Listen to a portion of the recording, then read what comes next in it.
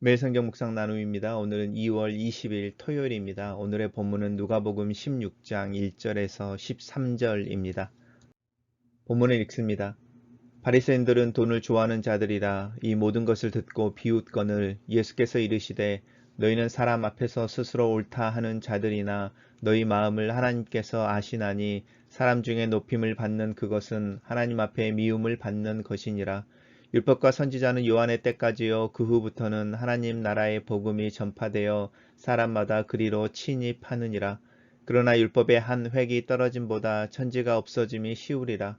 무릇 자기 아내를 버리고 다른 데 장가 드는 자도 간음함이요 무릇 버림당한 여자에게 장가 드는 자도 간음함이니라. 한 부자가 있어 자색 옷과 고운 베옷을 입고 날마다 호화롭게 즐기더라. 그런데 나사도라 하는 한 거지가 헌데투성이로 그의 대문 앞에 버려진 채 그 부자의 상에서 떨어지는 것으로 배불리려 하매 심지어 개들이 와서 그 헌데를 핥더라. 이에 그 거지가 죽어 천사들에게 받들려 아브라함의 품에 들어가고 부자도 죽어 장사됨에 그가 음부에서 고통 중에 눈을 들어 멀리 아브라함과 그 품에 있는 나사로를 보고 불러 이르되 아버지 아브라함이여 나를 긍휼히 여기사 나사로를 보내어 그 손가락 끝에 물을 찍어 내 혀를 서늘하게 하소서. 내가 이 불꽃 가운데서 괴로워하였나이다. 아브라함이 이르되 예 너는 살아있을 때에 좋은 것을 받았고 나사로는 고난을 받았으니 이것을 기억하라. 이제 그는 여기서 위로를 받고 너는 괴로움을 받느니라. 그뿐 아니라 너희와 우리 사이에 큰 구렁텅이가 놓여 있어 여기서 너희에게 건너가고자 하되 갈 수 없고 거기서 우리에게 건너올 수도 없게 하였느니라. 이르되 그러면 아버지여 구하오니 나사로를 내 아버지의 집에 보내소서. 내 형제 다섯이 있으니 그들에게 증언하게 하여 그들로 이 고통받는 곳에 오지 않게 하소서. 아브라함이 이르되 그들에게 모세와 선지자들이 있으니 그들에게 들을지니라. 이르되 그렇지 아니하나이다.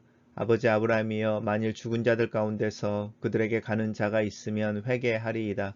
이르되 모세와 선지자들에게 듣지 아니하였으면 비록 죽은 자 가운데서 살아난 자가 있을지라도 고난을 받지 아니하리라 하였다 하시니라. 오늘의 본문은 세 개의 단락으로 나누어져 있습니다. 단락별로 살펴보겠습니다. 우리 어제 하나님과 재물을 겸하여 섬길 수 없다라는 주님의 가르침이 있었는데 그 가르침을 듣고 바리새인들이 그 가르침을 비웃었다 이렇게 누가는 기록하고 있습니다. 그 이유는 바리새인들이 돈을 좋아하는 자들이었기 때문이다라고 말하고 있습니다.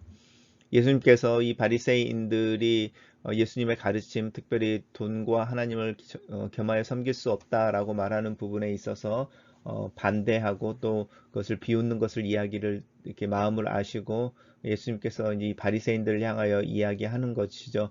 너희가 사람 앞에서 옳다, 스스로 옳다 하는 자들이나 라고 말하는 거죠. 너희들이 종교적인 율례와 규례들을 지켜서 그렇지 못하는 이들보다 너희들이 더 영적으로 탁월하고 또 영적으로 더 하나님 앞에서 정결하여 하나님의 은혜 가운데 있는 이들이라고 자신들을 내세우고 그렇지 못하는 이들을 가르치는 자로 그 위에 군림하면서 그들의 수고와 또 그들의 헌물을 통하여 너희들의 배를 채우려고 하는 자들 이런 이야기를 하고 계시는 거죠.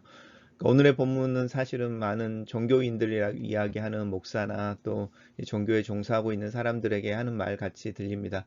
그렇지만 너희 마음을 하나님께서 아신다라고 말하시면서 사람 중에 높임을 받는 것은 하나님 앞에서 미움을 받는 것이다라고 그들의 어떤 마음의 태도를 정확하게 지적하고 계십니다. 그러면서 이제 율법과 선지자는 요한의 때까지요라고 말하는데 이 율법은 사실은 모세가 대표하고 선지자는 엘리야가 대표하는 것이죠. 예수님이 변화산에서 변화하셨을 때에 모세와 엘리야가 나타나는데 바로 율법과 선지자를 대표해서 나타나시는 것이죠. 그리고 이 율법과 선지자는 사실은 구약을 의미합니다.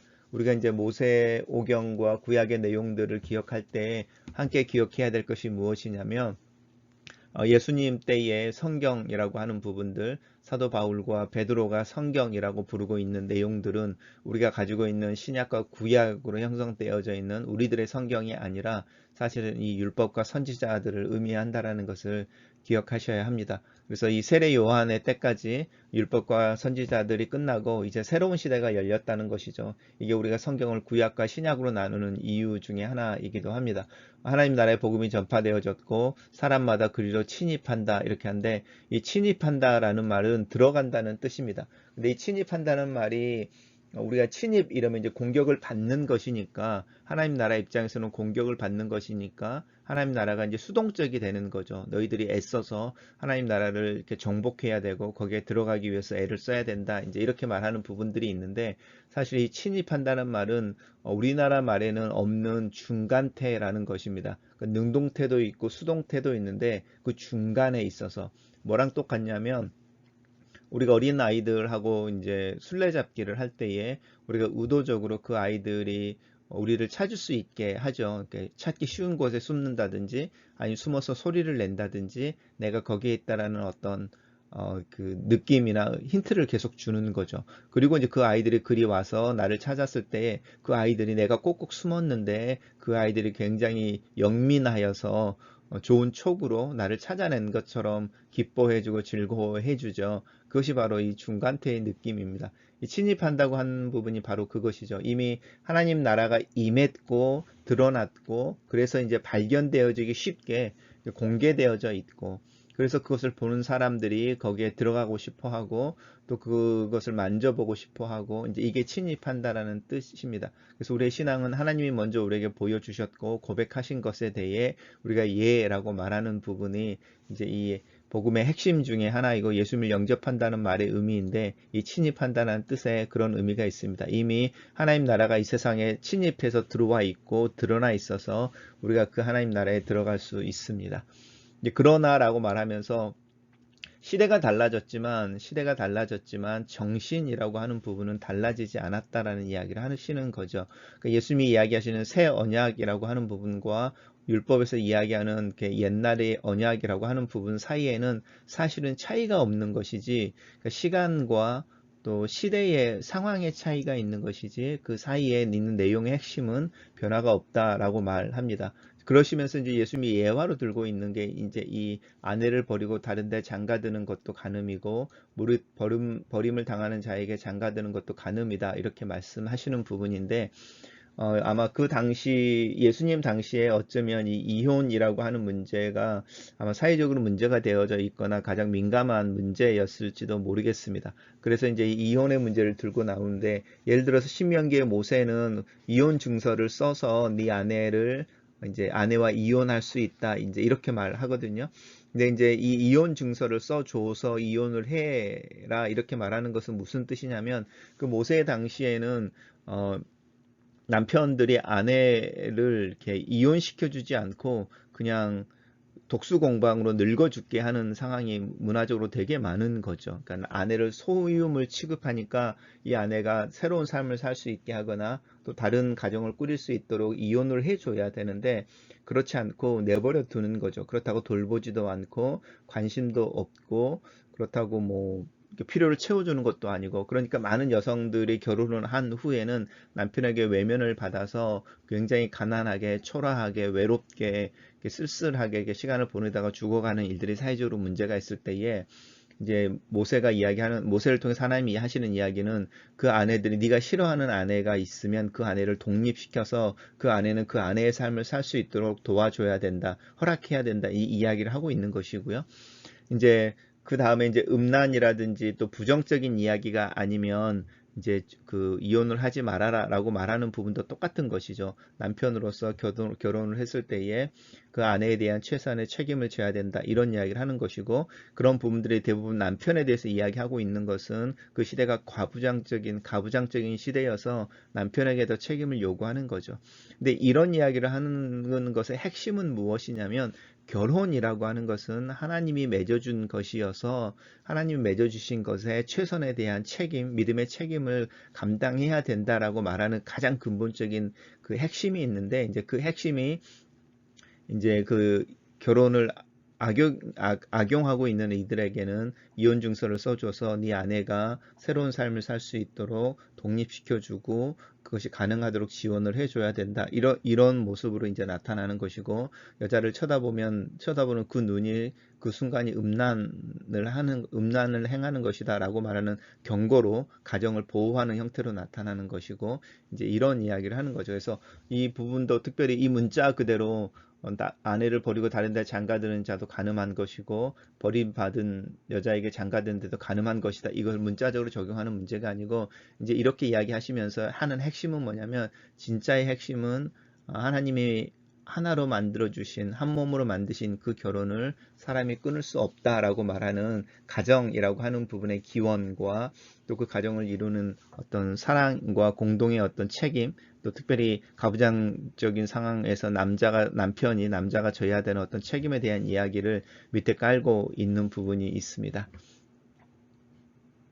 단락을 요약해 보겠습니다. 저는 이 단락을 하나님과 재물을 겸하여 섬길 수 없다는 예수님의 가르침을 바리새인들이 비웃자, 예수님께서는 너희의 마음을 하나님께서 아신다는 것과 하나님 나라의 복음은 곧 율법의 완성이라는 것을 가르치신다 라고 요약해 봤습니다. 두 번째 단락에서는 예수님께서 이제 가르침을 이야기하시는데, 한 부자와 거지 나사로라고 하는 사람의 이야기를 통해서 이야기를 계속해 나가십니다. 이 부자를 묘사할 때 자색 옷과 고운 베옷을 입었다라고 말하는데, 염료나 염색한 옷인 거죠. 그리고 부드러웠다는 뜻 속에서 이제 그 옷이 가지고 있는 어떤 질에 대한 이야기를 하고 있습니다. 그리고 사는 모습에 대해서도 이제 이야기하고 있는데, 이 나사로라고 하는 사람을 묘사하는 것을 보십시오. 헌데투성이라는 말인데, 이제 심한 피부병에 걸렸다는 뜻입니다. 그래서 개들이 와서 그 헌데를 핥더라라고 말하는 것은 그 피부병으로 인한 어떤 고름이라든지 그 상처를 핥는다라는 뜻인 거죠. 근데 이 거지 나사로가 이 부자의 대문 앞에 버려져 있습니다. 자신이 구걸하기 위해서 스스로 찾아온 것이 아니고, 힘이 없고 거동하기가 어려워서 누군가가 이 나사로를 데려다가 이 부자 집 앞에 버린 것이죠. 왜냐하면 여기 있으면 그래도 네가 굶어 죽지는 않을 테니까 라는 마음으로 버린 것이죠. 그래서 이제 이 거지 나사로가 상에서 떨어지는 부스러기로 말미암아 배부르려고 한다라고 말하죠. 그리고 이제 개가 나오는데, 그 개도 주인의 그 식탁에서 떨어지는 부스러기를 먹습니다. 이렇게 말하는 그 한 이방 여인의 예수님을 향한 항변이 있는데, 거기서 말하는 그 개들이라고 하는 부분은 우리가 말하는 이제 애완용 개들이어서 집 안에서 키우는 반려견들이고요. 여기서 말하는 이 개들은 단어가 달라서, 이 개들은 우리가 하면 어떤 유기견들이라고 할까요? 시장 같은 데서 이제 떼거지로 다니면서 길거리에 있는 굉장히 사납고 주인이 없는 그런 개들이라고 이야기할 수 있습니다. 그래서 이 개들이라고 하는 것은 시장에 있는 개들이라고 생각해 보시면 좋을 것 같습니다. 그래서 이렇게 유기견들이 와서 이제 이 거지 나사로의 피부병의 증세들을 핥았다, 이렇게 말하는 가장 어떤 비참한 모습을 설명하고 있습니다. 단락을 요약해 보겠습니다.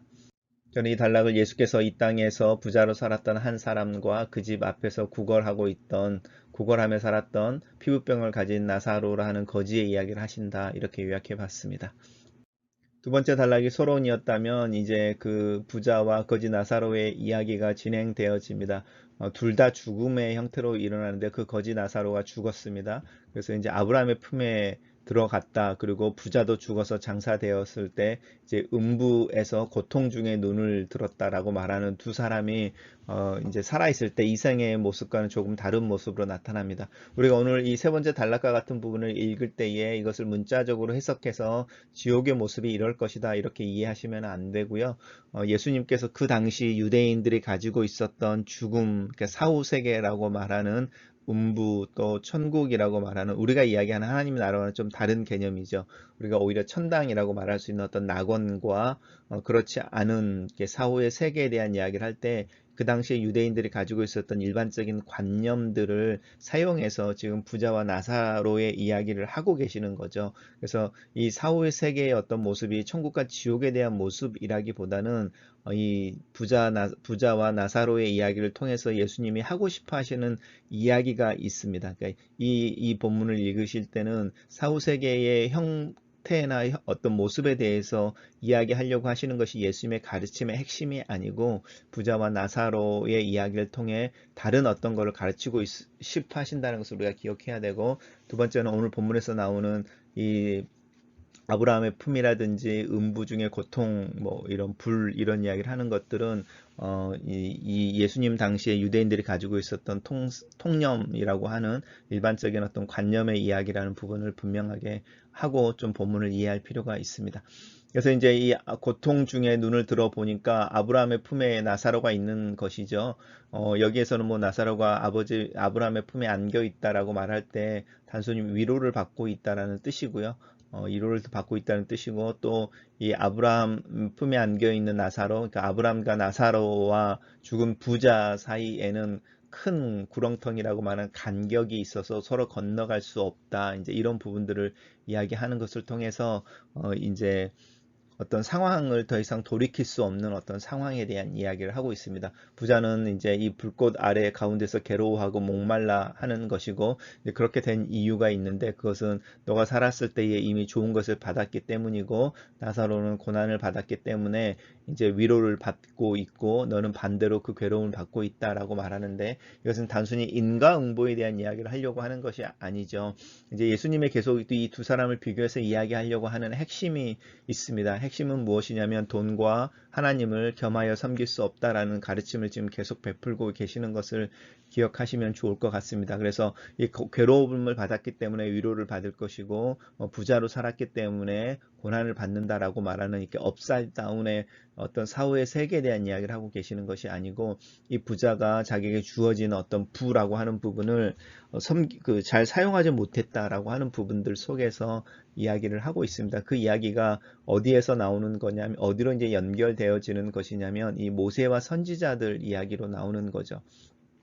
그들에게 모세와 선지자들이 있으니 무슨 이야기죠? 이제 부자가 물을 주십시오 하는데 물을 줄 수 없다 이렇게 이야기하니까, 이 부자가 그러면 살아있는 내 동생들에게, 내 형제들에게 내가 처한 상편을 알려주고 그들에게 주어진 부와 어떤 그 살아있는 동안에 하나님의 법을 행할 수 있는, 하나님을 섬길 수 있는 기회를 선용할 수 있도록 가르쳐 주면 좋겠습니다. 죽었다 부활한 사람이 그들에게 나타나면 그 이야기를 들을 것입니다. 라고 말하는데, 아브라함이 이제 명확하게 그것을 거절하는 거죠. 이미 그들에게는 모세와 선지자들이 있으니 그들에게 들을지니라, 이렇게 말하는 부분입니다. 그러면서 이야기하기를, 모세와 선지자들에게 듣지 아니하면 죽은 자 가운데서 살아난 자가 있을지라도 고난을 받지 아니한다. 되게 이제 아이러니한 말이긴 한데, 이게 이제 우리가 이 전체의 본문이 바리새인들과 예수님 사이의 논쟁처럼 나오는 부분이라는 것을 기억하신다면, 이 모세와 선지자들에게 듣지 아니하는 사람이 이미 있는 거죠. 바리새인들이 자신들을 높여서 사람들의 존경을 받고, 또 그것을 통해서 자신들의 어떤 부를 축적하고 어떤 명예와 어떤 특권들을 누리려고 하는 그 자세에 대해서 이야기하고 계실 때에, 그들이 율법을 이해하지 못하고 있다라고 벌써 이혼의 문제를 들어서 예수님이 지적하셨던 것처럼 모세와 선지자들의 이야기, 그 핵심들을 듣고 행하지 않는 자들로 규정되어지고 있죠. 그러고 나면 죽은 자 가운데 살아나는 자가 있을지라도 누구를 의미하냐면 사실은 예수님을 의미하죠. 예수님의 부활 사건이 있는다 하더라도 그들은 그것을 듣지 않는다라고 하는 부분이 어떤 암시처럼 담겨져 있죠. 실제로 예수님이 부활하셨을 때에도 예수님의 제자들을 오히려 뭐 가이사라든지 그 대사장들이 붙들어다가 예수님의 부활에 대해서 입을 다물 것을 이야기하고, 또 그들을 질책하고 또 그들을 핍박했던 것들을 볼 때에 오늘의 이 말씀이라고 하는 부분들, 모세와 선지자들이 있어서 그들이 하나님의 말씀과 그 마음에 대해서 분명하게 이야기하고 율법의 핵심에 대해서 이야기하고 있음에도 불구하고 그들이 그것을 듣지 않고 오히려 율법을 사용하여 치부하는데 사용했다면, 예수님의 부활이라고 하는 특별한 어떤 영적인 이벤트나 사건들로 인해서 영향을 받지 않는다, 이렇게 이야기하는 부분입니다. 단락을 요약해 보겠습니다. 저는 부자가 죽어 음부의 고통 중에 처하고 거지 나사로는 아브라함의 품에서 위로를 받는다. 부자가 아브라함에게 나사로를 통해 자신을 도와주고 살아있는 형제들에게 죽음 이후의 현실을 알려달라고 청하지만, 아브라함은 거절하며 율법과 선지자들에게 듣고 배우지 않는다면 부활에서도 의미를 발견하지 못할 것이라고 단언한다. 라고 요약했습니다. 첫 번째 묵상 포인트입니다. 제가 묵상 포인트는 제 개인적인 묵상에 대한 이야기를 여러분과 나누는 것을 좀 상기시켜 드립니다. 그래서 저의 묵상이지 이 묵상을 이렇게 해야 된다라는 어떤 가이드라인은 아닙니다. 첫 번째 묵상 포인트입니다. 종교인으로 산다는 것의 부자연스러움은 자신의 삶을 유지하는 돈과 자원이 자신의 땀과 수고의 대가로 주어지는 것이 아니라 타인들의 하나님을 향한 헌신과 믿음의 표현에서 나온다는 점이다. 하나님께서 자신을 섬기는 것을 전업으로 하고 있는 이들을 이 세상 또 자본주의적 관점에서 보면 이해하기 힘든 방법으로 제안하고 계신다. 왜 하나님께서 이렇게 하시는 것일까? 자신을 섬기는 자들의 마음에 어쩔 수 없는 탐심의 문제를 직면하게 하시려고 하시는 것일까? 믿는 자고 말하는 신도들의 마음과 이 시대의 이기심이 물질에 대한 인색함으로 나타날 때 그 고통의 짐을 지고 그 속에서 오히려 중보와 회개, 개혁을 이야기하게 하시려는 것일까? 하나님과 재물을 겸하여 섬길 수 없다는 것을 보여주는 삶의 모델이 되기를 원하시기 때문일까? 현실적으로 나에게 아직도 어려운 문제이다. 나는 내 손으로 다른 일을 해서 돈을 벌고 싶어 하는 생각을 마음 깊이 품고 있는 목사이다. 기회가 있을 때마다 그 길을 선택하는 것을 주저하게 만드는 것은 두려움이나 무능력 때문이라고 하기보다는 내가 살아온 삶의 관성이라고 할 수 있는 부르심에 대한 순종의 방법, 그 방법에 대한 고민이 아직 끝나지 않아서이다. 믿음을 살아낸다고 하는 것이 무엇일까? 하나님의 마음과 정신을 어떻게 내 작은 삶에서 살아낼 수 있을까? 율법 속에 담긴 하나님의 마음은 각 시대와 상황에 따라 조금씩 다르게 표현될 수 있다. 이것을 덕이라는 형태로 드러난다. 각 시대마다 조금 더 윤리적이고 좀 더 정직하고 좀 더 탁월한 삶에 대한 기준을 조금씩 다르게 갖는다. 그러나 이 탁월한 삶의 핵심은 동일하다. 사랑, 섬김, 나눔, 자기 절제와 스스로 손해를 보는 낮아짐 같은 것이다. 지금 상황에서 나는 어떻게 사는 것이 이 삶을 살아내야 하는 것일지 여전히 고민이다. 고민만큼이나 살아내는 것이 중요하다. 누군가를 향해 그런 삶을 살라고 말하기 전에 내가 먼저 그 삶을 살아야 하고 그런 삶이 나로부터 시작되어야 한다. 이 일을 위해 나는 하나님에게 집중해야만 한다. 그러면 하나님께서 다른 것을 채워주신다고 믿는다. 하나님이 다른 것을 채워주시는 방법들에 대해서는 여전히 전적으로 하나님의 선택으로 남겨두자. 내가 땀을 흘려서든 누군가의 수고와 헌신을 통해서든. 두 번째 묵상 포인트입니다. 무명이라는 말은 이름이 없다는 뜻이 아니다. 이 시대를 존재하는 것들은, 특별히 사람들은 각자 자신의 이름이 주어지고 그 이름을 가지고 산다. 존재한다는 것은 이름으로 불리운다는 것이고, 그런데 이 시대는 무명이라는 단어로 이름이 없다고 말하지만 이름이 없다는 뜻이 아니라 무명은 그 사람의 존재와 활동이 인식되고 인지되는 명성의 부족을 의미한다. 내가 명성을 추구하지 않으면 무명의 목사로 사는 것이 훨씬 자연스러운 시대이다. 누군가의 말처럼 무명이라는 말은 무명성, 내 이름에 대한 인지도가 낮다는 뜻이다. 나는 이 세상의 인지도나 명성에 대한 욕심은 별로 없다. 하지만 오늘 본문의 부자처럼 분명히 동네에서 알려진 사람이고 많은 사람이 그 부자에게 굽신거리면서 하루하루를 살아갈 텐데 부자의 이름이 없다. 아니, 주님께서 그 부자의 이름을 처음부터 끝까지 인정하지 않으신다. 그냥 그가 부자라는 사실 외에는 언급이 없다. 마치 헤롯 앞에 서신 주님께서 그에게 침묵으로 일관하시며 그의 존재를 부정하시는 듯한 태도를 취하시는 것과 비슷하다. 이 시대의 유명인들 중에 하나님께서 그 이름을 기억하시지 못하는 이들이 얼마나 많을까? 나는 이 시대라는 또 역사라는 거대한 힘이 나를 기억해 주기 원하는지, 아니면 하나님께서 하나님이라는 영원한 힘이 나를 기억해 주기를 원하는지, 나는 하나님께서 기억되어지는, 하나님께서 기억하시는 인생으로 살기를 원하는 자인데 그 삶을 살아가는 것이 당연한데, 이 삶을 살기 위해서 나는 어떤 선을 넘어야 한다. 누군가의 삶에 관심을 가져야 하고 그의 필요를 채워주기 위해 내가 가진 것을 나누어 줄 수 있어야 하고 이 과정에서 받는 오해를 감수해야 한다. 온유한 심령으로 때때로 누군가에게 입바른 소리를 해야 하고 거기서 나오는 잘난 놈이라는 오해를 감수해야 한다. 누군가를 위해 땀을 흘리고 손을 더럽히고 몸에 먼지도 뒤집어 써야 한다. 나에게 주어진 것은 하나님의 것이며 하나님께서 나에게 주신 것은 그를 섬기고 그를 드러내라 하십니다. 지혜롭게 나누고 사용해야 한다. 자원하는 마음이 내 마음에 더 커지기를 기도하고 사람에 대한 사랑을 위해 기도하고 순결하면서도 지혜로운 실천의 균형과 용기를 위해 기도한다. 마지막 묵상 포인트입니다.